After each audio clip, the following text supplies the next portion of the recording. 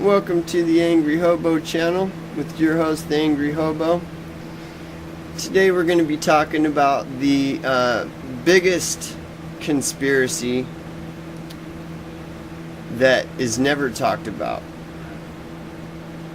It's not only the biggest conspiracy ever, probably in the history of mankind, it's also the least talked about conspiracy in the so-called truth community or anywhere else.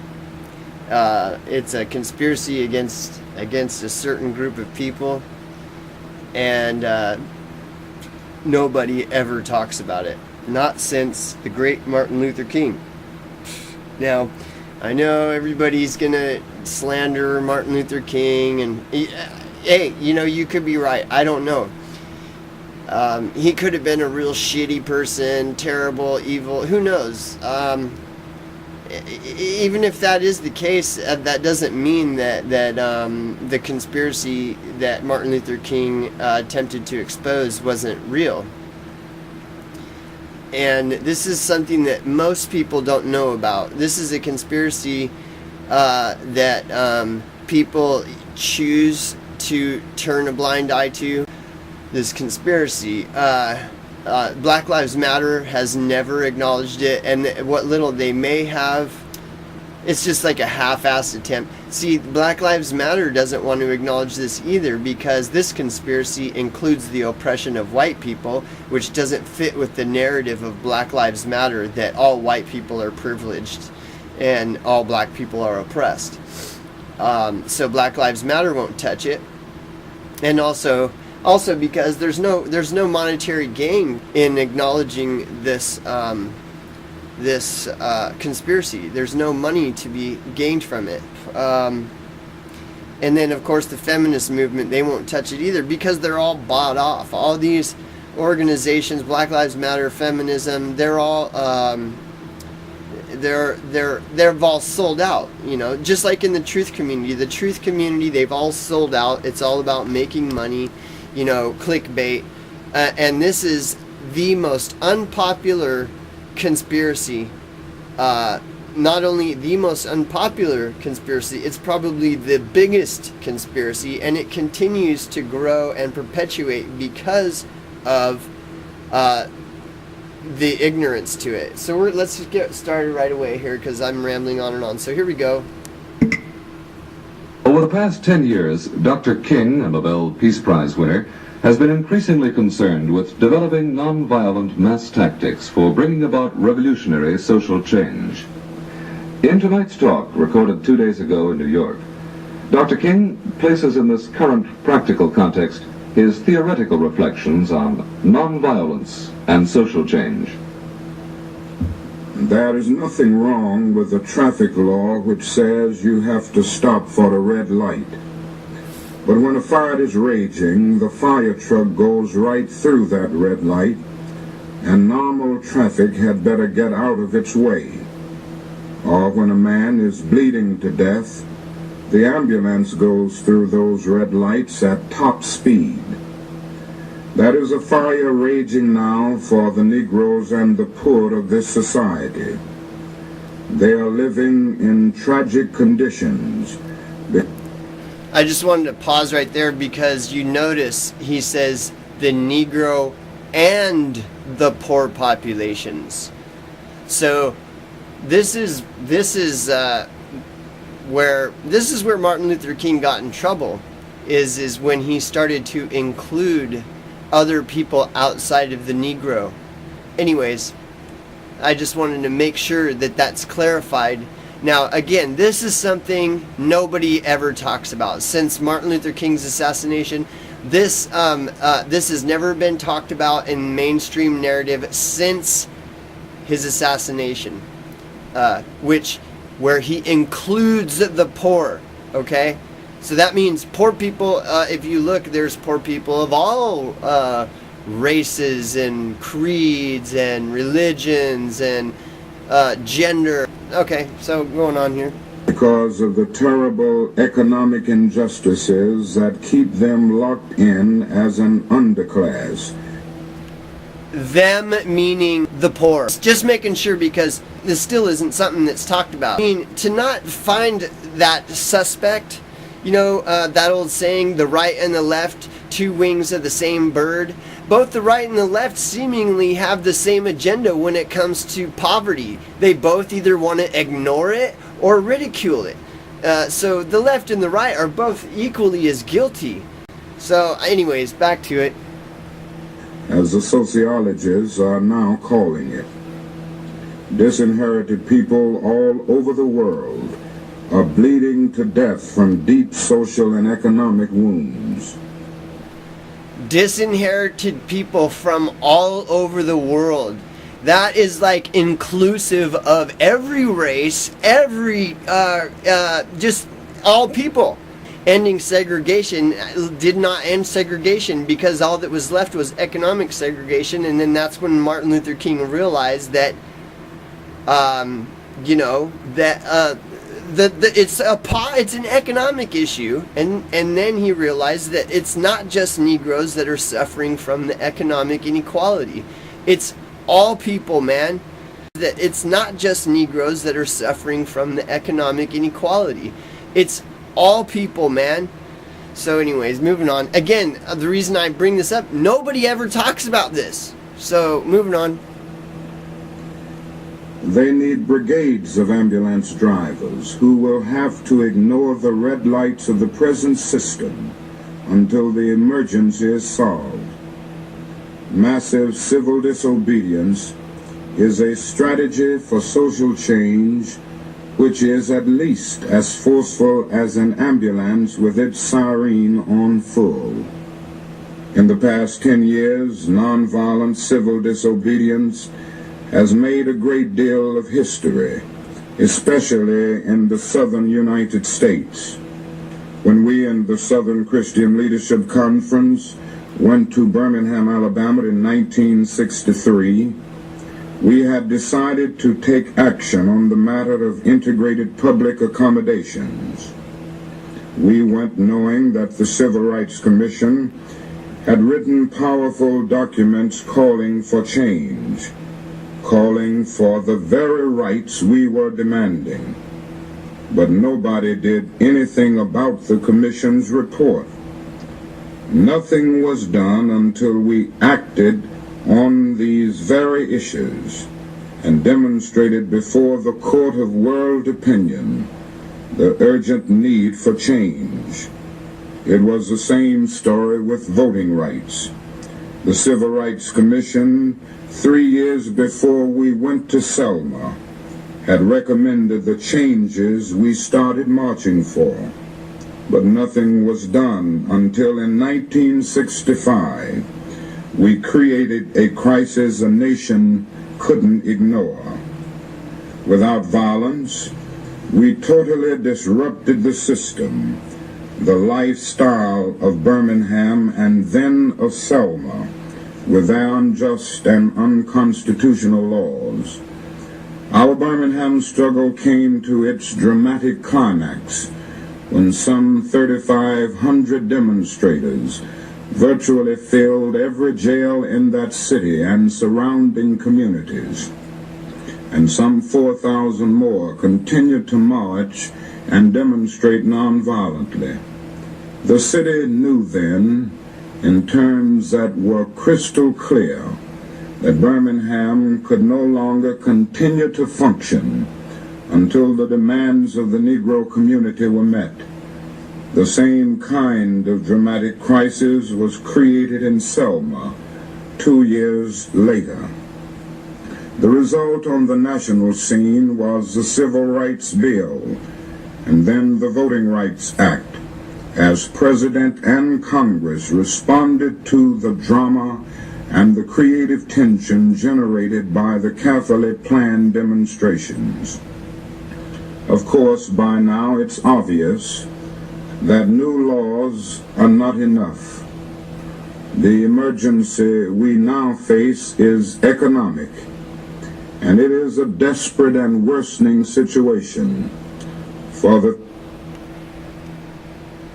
problem now is economic, and it is a worsening situation. This was in what? however, this was 1960s, and for anybody to even think that it's gotten better since then is living in La La Land, you know. Not only has it gotten worse is a fucking understatement. Though this is the case, nobody is talking about this. None of those motherfuckers, these YouTubers of renown, are talking about this because they can't monetize their views. They're not going to get viewers. The truth is only important to these fucking YouTubers of renown if it's popular. As long as the system works for the middle to upper class, why should they give a fuck? This doesn't affect them. It only affects the underclass. You know, they're all paid shills, whatever. Middle class and upper class, they're never going to demand justice for the underclass. Why the fuck would they? Come on, man, wake the fuck up.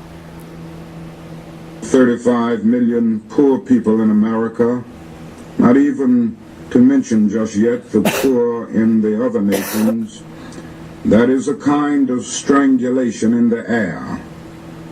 In our society, it's murder psychologically to deprive a man of a job or an income.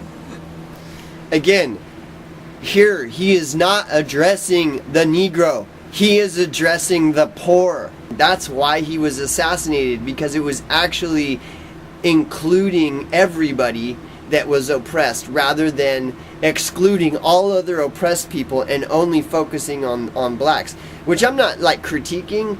I think it took MLK to do that for him to come to this conclusion that there are other oppressed people besides black people, and by coming to that conclusion led him to spearheading the Poor People's Campaign, which included everyone else that's oppressed, and Negroes, and everyone else.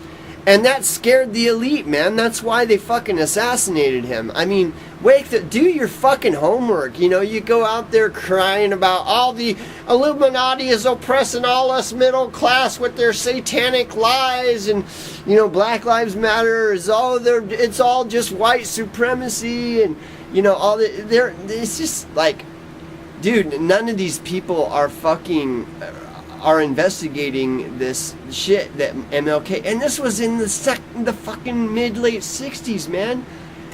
I mean, it's just crazy how stupid people are. You want to talk about the sheeple mentality, man? Like, people are fucking so fucking stupid that they don't even know about this shit. It's, you know, and that's the problem with all of this. With the Illuminati is classism. The Illuminati is the super wealthy. So they're basically addressing classism and class supremacy without saying that, you know, and all this other shit, you know, like the feminist movement, you know, it's feminism, racism, and all this other shit. It stems from class supremacy. People with money have the power.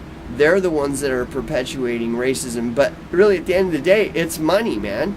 And if they can pay off an entire mass of middle-class people to just look the other way and be like, oh, well, we have all these poor and hobos that are oppressed, but who gives a fuck? We only care about oppression if it's going to, benefit us personally. Anyways, moving on. You are in substance saying to that man that he has no right to exist. You are in a real way depriving him of life, liberty, and the pursuit of happiness. Again, when the word man, it doesn't refer to the Negro. It's referring to all underclass people. Again, how many more times this needs to be reiterated until people actually understand? You know, if you want to fucking go off on some social justice movement, be true to your fucking cause. Do your fucking research, you know? So even the truthers, you know, you want to expose conspiracies? Well, here's a fucking conspiracy that none of you fucking assholes are talking about. Why? Why aren't you talking about it? I know why. It's because it's not popular. It's not going to get you your views. so that you can get your monetization. You're going to disappoint all your viewers because all they want to hear about is UFO deception and fucking MK Ultra mind control and all of that like sensational shit. They don't want to hear about how them being middle class, they're actually paid shills themselves to just continue to ignore the oppression of fucking hobos and poor people. I mean, anyways, I could just go on and on, dude. You just can't shut me up. This is what the hobo channel is, the Angry Hobo channel, man. We speak the truth, the hobo truth, and nothing but the hobo truth, motherfuckers. Denying, in his case, the very creed of his society. Now millions of people are being strangled that way. The problem is at least national. In fact, millions of people, wake the fuck up, all you people that claim to be awake and you fucking ignore this shit and will ignore it to your death because you worship money and self-interest. You don't give a fuck about your fellow man unless it's somehow gonna benefit you. So all the hobos can eat shit for all any of these truther communities or any of these social justice warriors. Give a fuck. Anyway, moving on. it's international in scope. And it is getting worse as the gap between the poor and the affluent society increases. And the affluent, which is not all white people either. You know, it's like, come on, man, wake up, McFly. Hello, McFly. The question that now divides the people who want radically to change that situation is, can the program of nonviolence, even if it envisions massive civil disobedience, realistically expect to meet such an enormous entrenched evil? Now I love it. I love a massive intrinsic evil. That's exactly what it is, man. It's pure fucking evil. Well, okay, so MLK and the Bible are the only two things that I know of that vehemently advocate for justice for hobos, right? Because this is the hobo channel, hobo perspective. You don't fucking like it, I don't care, man. Does it look or sound like I'm in this for the views?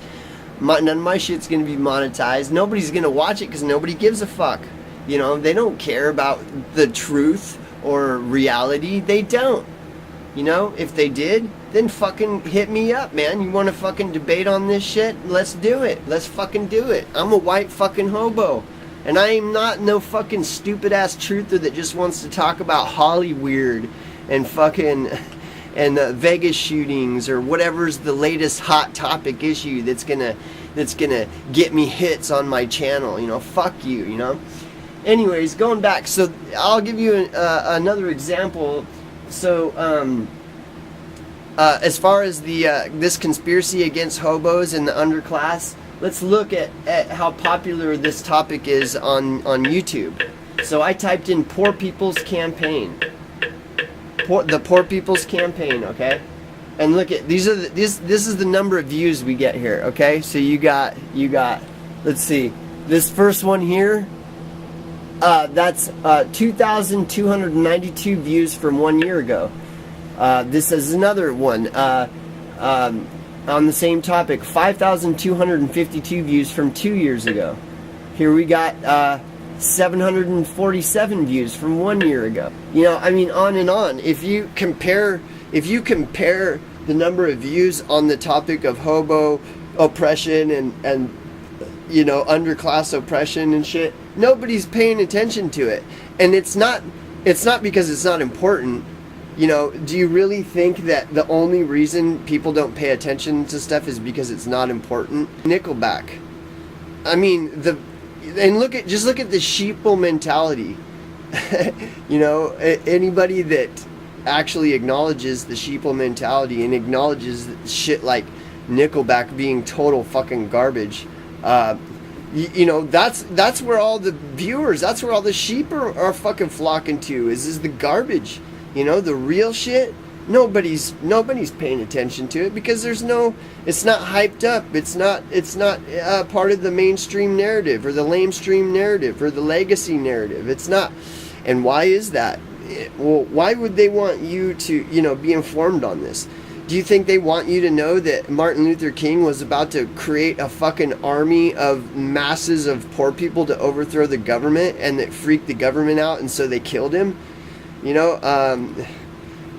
That's the real conspiracy, and that it's worse today than back then. They again, as I've said before, they completed their mission when they snuffed out MLK because he was bringing together a rainbow of the dispossessed. He was bringing together all people, not just Negroes, and acknowledging that there are a lot of other people of other different races, including Caucasian, that are oppressed in this country and worldwide, internationally and shit. I mean, that was, the elite can't have that happening, So anyway, I mean, I could go on and on. This is like a fucking 25-minute video now.